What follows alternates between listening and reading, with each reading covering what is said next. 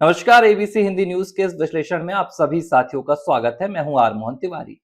केरल के हिंदुओं ने शायद कभी सोचा नहीं होगा कि जिस कांग्रेस पार्टी को वो राज्य की सत्ता सौंप रहे हैं, वही कांग्रेस पार्टी सरकार में आने के एक महीने के भीतर हिंदुओं के संवैधानिक अधिकारों पर बुलडोजर चढ़ा देगी, हिंदुओं के संवैधानिक अधिकारों को खत्म करके उन पर पाबंदी लगा देगी। लेकिन अब यह सब कुछ केरल में हो रहा है, और वो भी कोई चोरी चुपके नहीं हो रहा है, कोई रात के अंधेरे में या बंद कमरे की फाइल में दस्तखत करके नहीं किया जा रहा है, बल्कि राज्य के मुख्यमंत्री वीडी सतीशन के द्वारा पूरे देश के सामने आकर सोशल मीडिया पर सार्वजनिक तरीके से ऐलान करके हिंदुओं के संवैधानिक अधिकारों को खत्म किया जा रहा है। पूरा मसला क्या है?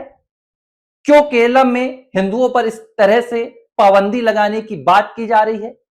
क्यों राज्य के मुख्यमंत्री को सार्वजनिक तौर पर 3 विश्वविद्यालयों के कुलपतियों से माफी मांगने के लिए कहना पड़ा? पूरी कहानी आपको समझाऊंगा, बस इतनी विनती है, इस वीडियो के अंत तक बने रहिएगा। दरअसल राष्ट्रीय स्वयंसेवक संघ के 100 वर्ष पूरे हो चुके हैं, और इसी 100 वर्ष का जश्न राष्ट्रीय स्वयंसेवक संघ अलग अलग कार्यक्रमों के तहत देश भर में और दुनिया भर में मनाता आ रहा है। इसी बीच बीते 3 दिनों से राष्ट्रीय स्वयंसेवक संघ के जो सह संघचालक हैं मोहन भागवत, वो केरल के दौरे में हैं, और बीते दिन केरल में ही उनका एक कार्यक्रम आयोजित हुआ था। ये 13 तारीख की बात है, 13 जून को एक कार्यक्रम आयोजित हुआ था तिरुवनंतपुरम में, और इस कार्यक्रम में उस जिले से करीब 500 जो सभ्य समाज के लोग हैं, अलग अलग वर्गों से वो पहुंचे हुए थे। इसमें डॉक्टर्स थे, इसमें इंजीनियर्स थे, इसमें व्यापारी वर्ग था, पत्रकार थे, शिक्षाविद थे, प्रोफेसर थे, और आम लोग भी थे, राजनेता भी थे। सभी कार्यक्रम में गए थे, क्योंकि राष्ट्रीय स्वयंसेवक संघ के जो कार्यक्रम होते हैं वो सांस्कृतिक कार्यक्रम होते हैं। उसमें देश की, समाज की समझ मिलती है, और खास तौर पर जब वहां पर संघ के मुखिया हो तो ये कार्यक्रम और भव्य हो जाता है। इसी कार्यक्रम में केरल की 3 अलग अलग विश्वविद्यालयों के कुलपति भी गए थे। अब ये कुलपतियों को लेकर और राष्ट्रीय स्वयंसेवक संघ को लेकर कांग्रेस पिछले लंबे समय से विरोध करता आया है, लेकिन विरोध का स्वरूप संवैधानिक अधिकारों पर हनन तक पहुंच जाएगा, यह शायद किसी ने नहीं सोचा था। लेकिन केरल के मुख्यमंत्री ने यह भी कर दिखाया है। उन्होंने यह भी कर दिया है कि अब हमसे विरोध नहीं करेंगे, बल्कि जहां हम सत्ता में रहेंगे वहां हम संवैधानिक अधिकारों को खत्म भी कर देंगे। अब होता यह है कि इस कार्यक्रम के बाद अचानक बीती शाम केरल के मुख्यमंत्री वीडी सतीशन का एक ट्वीट सामने आया, और इस ट्वीट के जरिए वीडी सतीशन ने कहा कि उन्हें पता चला है कि भाई राज्य के 3 विश्वविद्यालयों के 3 कुलपति मोहन भागवत के कार्यक्रम में शामिल हुए हैं, और उनका इस कार्यक्रम में शामिल होना, चूंकि यह संघ का कार्यक्रम था, यह केरल की शिक्षा परंपरा के खिलाफ उठाया गया एक कदम है जो कतई बर्दाश्त नहीं किया जा सकता। आगे क्या कहा मुख्यमंत्री वीडी सतीशन ने? उन्होंने कहा कि इन तीनों कुलपतियों को अपने द्वारा उठाए गए इस कदम के लिए माफी मांगनी होगी सार्वजनिक तौर पर, और उन्होंने राष्ट्रीय स्वयंसेवक संघ को सांप्रदायिक संगठन बताया। अब तमाम बातों को आप एक किनारे कर दीजिए। राज्य के मुख्यमंत्री हैं वीडी सतीशन। वीडी सतीशन कोई मामला क्यों नहीं दर्ज करा देते अगर उन्हें लगता है कि राज्य के इन 3 कुलपतियों ने कोई गैर संवैधानिक कदम उठाया है? अगर उन्हें लगता है कि उन्होंने शिक्षा विभाग के नियमों या कानूनों के खिलाफ जाकर किसी तरह का कोई फैसला लिया है, तो भाई उन पर कार्रवाई क्यों नहीं करवा देते हैं? सीधे उनके खिलाफ कोई शिकायत क्यों नहीं दर्ज करवा देते हैं? लेकिन वीडी सतीशन ने यह सब ना करके यह क्यों कहा कि तीनों कुलपतियों को माफी मांगनी होगी? इसके पीछे का आप लॉजिक पहले समझ लीजिए। देखिए, कानून के हिसाब से, संविधान के हिसाब से इस देश के हर व्यक्ति को आजादी है कि वो अपनी इच्छा के अनुसार, अपने विश्वास के अनुसार किसी सार्वजनिक प्रदर्शन में जा सकता है, सार्वजनिक कार्यक्रम में जा सकता है, किसी संगठन में शामिल हो सकता है।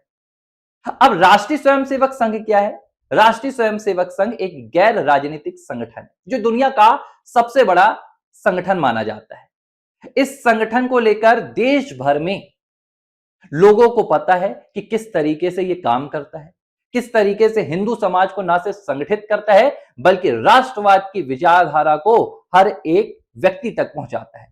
अगर बहुत आसान भाषा में मैं आपको समझाऊं कि राष्ट्रीय स्वयंसेवक संघ क्या करता है, तो राष्ट्रीय स्वयंसेवक संघ एक व्यक्तित्व का निर्माण करता है। इसका जो प्राथमिक काम है, संघ की शाखाओं से यह काम शुरू होता है। एक व्यक्तित्व का वो निर्माण करते हैं। एक व्यक्ति एक अच्छे परिवार का निर्माण करता है।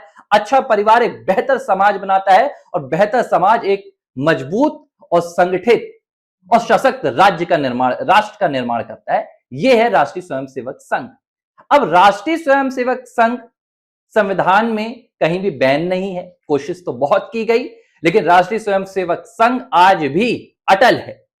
अब राष्ट्रीय स्वयंसेवक संघ के किसी कार्यक्रम में जाना गैर कानूनी नहीं होता है। यह कोई आतंकवादी संगठन नहीं है, यह कोई प्रतिबंधित संगठन नहीं है, बल्कि यह वो संगठन है जो मुसीबत के वक्त सबसे पहले खड़ा हो जाता है। तो अब वीडी सतीशन कोई कानूनी तरीके से इन 3 कुलपतियों के खिलाफ तो कार्रवाई नहीं कर सकते, लेकिन हां, अब इनके इंडियन यूनियन मुस्लिम लीग का दबाव बढ़ने लगा। इंडियन यूनियन मुस्लिम लीग को जैसे ही ये बात पता चली कि भाई 3 कुलपति हैं जो इस कार्यक्रम में गए हैं, तो इन्होंने दबाव बढ़ाना शुरू कर दिया। किसके ऊपर? वीडी सतीशन के ऊपर, कि आप एक्शन लीजिए। अब सतीशन को पता है कि कोई भी मैं एक्शन लूंगा तो वो जाकर केरलम हाईकोर्ट में पूरी तरह से खारिज हो जाएगा। भाई कर्नाटक में क्या हुआ था? कर्नाटक में सिद्धारामैया सरकार ने राष्ट्रीय स्वयंसेवक संघ की जो रैलियां निकलती थी उसको प्रतिबंधित करने का आदेश दे दिया। राष्ट्रीय स्वयंसेवक संघ कर्नाटक हाईकोर्ट जाता है, वहां से हाईकोर्ट कहता है कि भाई आप तो संविधान के खिलाफ चीजें कर रहे हैं। कर्नाटक की सरकार ऐसा कैसे कर सकती है? बाकायदा हाईकोर्ट के निर्देश के बाद में इसी कर्नाटक सरकार को, जिसके मंत्री प्रियांक खड़गे उचकते रहते हैं, उन्हें ही राष्ट्रीय स्वयंसेवक संघ का पद संचलन करवाना पड़ा। तो वीडी सतीशन ने जानबूझकर कोई कार्रवाई नहीं की, बल्कि उन्होंने अपने वोट बैंक को खुश करने के लिए अपने इंडियन यूनियन मुस्लिम लीग, जिसके बलबूते वो आज मुख्यमंत्री हैं, उनका विश्वास जीतने के लिए यह दबाव बनाया। और उन्होंने यह संदेश देने की कोशिश की कि कोई भी हिंदू अगर किसी तरह के हिंदू संगठन के कार्यक्रम में जाता है, किसी तरीके के ऐसे संगठन के कार्यक्रम में जाता है जिसे कांग्रेस की विचारधारा पसंद नहीं करती, जिसे तुष्टीकरण की विचारधारा, या मैं ये कह दूं कि जिसे सीधे तौर पर काफिरों वाली जो विचारधारा है वो पसंद नहीं करती, तो हम यानी कि राज्य सरकार उसके खिलाफ हो जाएंगे। अब यही करवाने का प्रयास उन्होंने 3 कुलपतियों से किया कि डर कर ये 3 कुलपति माफी मांग ले, और अगर ये माफी मांग लेंगे तो फिर राज्य में एक संदेश जाएगा जो कहेगा कि देखो भाई, राज्य की सरकार कितनी मजबूत है कि अगर कोई हिंदू राष्ट्रीय स्वयंसेवक संघ जैसे हिंदू संगठनों में या सांस्कृतिक संगठनों में या इनके कार्यक्रमों में शामिल होता है तो राज्य सरकार उसके खिलाफ क्या कुछ नहीं कर सकती। लेकिन मैं आपको एक गजब की बात बता दूं, इन 3 कुलपतियों ने अभी तक मुख्यमंत्री के इस ट्वीट पर किसी तरह का बयान भी नहीं दिया, किसी तरह का रिएक्शन ही नहीं दिया, बल्कि इन्हें फर्क ही नहीं पड़ रहा है कि आप अपना तुष्टीकरण का ये खेल करते रहिए, हमें फर्क नहीं पड़ता। हम एक ऐसे संगठन के कार्यक्रम में गए हैं जो राष्ट्र की चेतना जगाने के लिए काम करता है, ना कि राष्ट्र के विरोध में काम करता है। अब मैं आपको एक उदाहरण दे रहा हूं। जेएनयू में भारत तेरे टुकड़े होंगे, ये नारा लगाने वाले लोग आज कांग्रेस पार्टी के नेता बन चुके हैं। जितने भी राष्ट्र विरोधी तत्व हैं उनका समर्थन कांग्रेस पार्टी करती है, उनके संगठनों में जाती है कांग्रेस पार्टी। लेकिन कांग्रेस पार्टी को यह स्वीकार नहीं है कि एक राष्ट्रीय संगठन है जो राष्ट्र की चेतना के लिए काम करता है, जनजागरण के लिए काम करता है, राष्ट्र को सशक्त करने के लिए और हिंदुओं को सशक्त करने के लिए काम करता है, तो उसके कार्यक्रम में कोई जा रहा है, यह इनसे स्वीकार नहीं हो पा रहा है। और तो और मुझे लगता है कि वीडी सतीशन को इतिहास उठाकर देखना चाहिए कि जवाहरलाल नेहरू ने किस तरीके से राष्ट्रीय स्वयंसेवक संघ की एक टुकड़ी को चीन से युद्ध के बाद बाकायदा आपके गणतंत्र दिवस के कार्यक्रम में बुलाया था।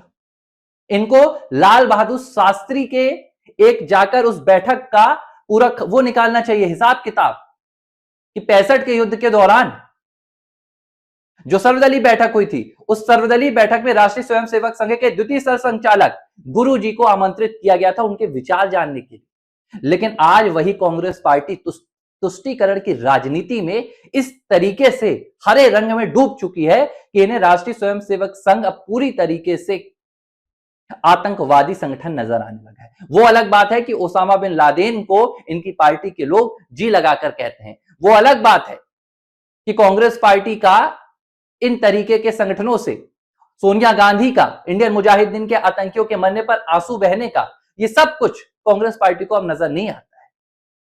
तो ये केरलम में हो रहा है और जिस तरीके से ये घटनाक्रम निकल कर आया है, इसे सीधे तौर पर मैं इसी तरीके से देखता हूं कि यह केरलम के हिंदुओं पर लादी गई एक इमरजेंसी की सिचुएशन है। प्रणब मुखर्जी को मुझे लगता है कि इन्हें याद करना चाहिए कि इनके पार्टी के कभी दिग्गज नेता हुआ करते थे, लेकिन राष्ट्रपति बनने के बाद वो खुद राष्ट्रीय स्वयंसेवक संघ के एक कार्यक्रम में गए थे और उसके बाद कांग्रेस पार्टी ने उनसे नाता भी तोड़ लिया था। यह भी सच है। तो तुष्टीकरण की राजनीति आज कांग्रेस पार्टी के भीतर इस कदर हावी हो गई है कि अब वो राज्य के लोगों को राष्ट्रीय स्वयंसेवक संघ के कार्यक्रमों में शामिल होना भी नहीं देख सकते। एबीसी हिंदी न्यूज, आज ही जुड़िए हर खबर के साथ